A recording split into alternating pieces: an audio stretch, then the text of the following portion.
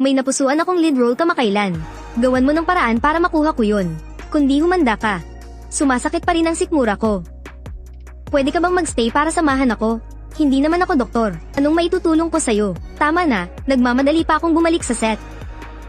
Kunin mo para sa akin ang endorsement na to. Gusto kong sumali sa variety show na yan. Ipasikaso mo na agad. Bakit ba hindi mo man lang magawang mag-alala para sa akin? Zhang Cheng, simula bukas. Itigil na ang lahat ng proyektong nakuha ni Yun Ziran gamit ang Link Corporation.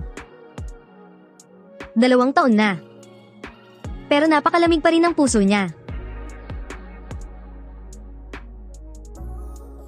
Hello, Yun Ziran, maghiwalay na tayo. Hindi na kita susuportahan mula ngayon. Lin Jingay, sino ka ba sa tingin mo?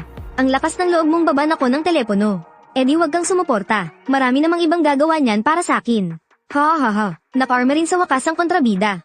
Ang sarap sa feeling panoorin. Feeling niya talaga kung sino siya. Kung wala si President Ling, ano ba siya? Nang mabasa ko to, hinanap ko talaga ang mga spoiler para sa ending.